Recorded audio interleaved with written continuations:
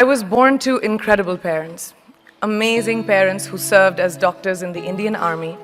I was the firstborn. My brother was born a few years later, and even then, nothing changed for me. We were both given equal opportunities, and I want to emphasize this. I want to really emphasize this for you because I don't think a lot of people might understand that being equal might seem very normal. But where I come from, India, and a lot of developing countries around the world, more often than not, this is an exception. It's actually a privilege. My first experience of the glaring disparity between boys and girls came at a very, very young age.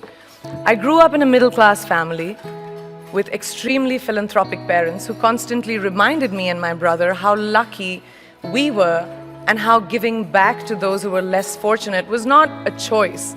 It was a way of life. Simple. I was 7 or 8 years old when my parents started taking me on these visits in a traveling clinic to developing communities around and villages around the city that we lived in called Bareilly.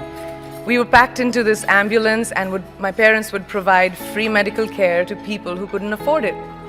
My job at the age of 8 was assistant pharmacist. So I would count all the medicines, put them in an envelope and give it out to patients, and I really took my job very seriously. Very seriously. But the more I went on these expeditions, the more I began to notice the simplest things that distinguished a boy from a girl or a man from a woman. For example, girls were pulled out of school when they hit puberty because they were considered ready for marriage and babies.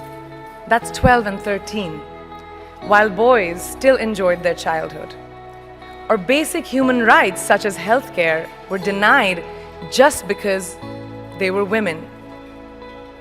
Let's call this whole experience trigger number 1 for me. Fast forward a few years and many, many triggers in between. Like a producer director, for example, early on in my career, I must have been about 18 or 19, telling me that if I didn't agree to the ridiculous terms or painfully low salary in his movie, that he would just replace me.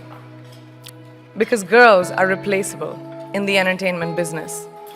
That was a memorable one. Made me decide to make myself irreplaceable. But I think what really moved the needle for me and ultimately led me to create the Priyanka Chopra Foundation for Health and Education and around the same time partner with UNICEF was an encounter with my housekeeper's daughter. About 12 years ago, I came home from set early one day and she was sitting in my library reading a book. And she must have been 8 or 9 years old and I knew she loved reading. So I asked her, I was like, it's a weekday, why aren't you in school? And she said, oh, I don't go to school anymore. So I went and asked her mother and I said, why isn't she in school? And her mom said that her family couldn't afford to send her and her brothers to school, so they chose the boys. The reason, she would eventually get married and it would be a waste of money. I was completely blown and it shook me to my core. Eventually, I decided to cover the cost of her education so that she could continue to learn because education is a basic human right and a huge necessity, especially today.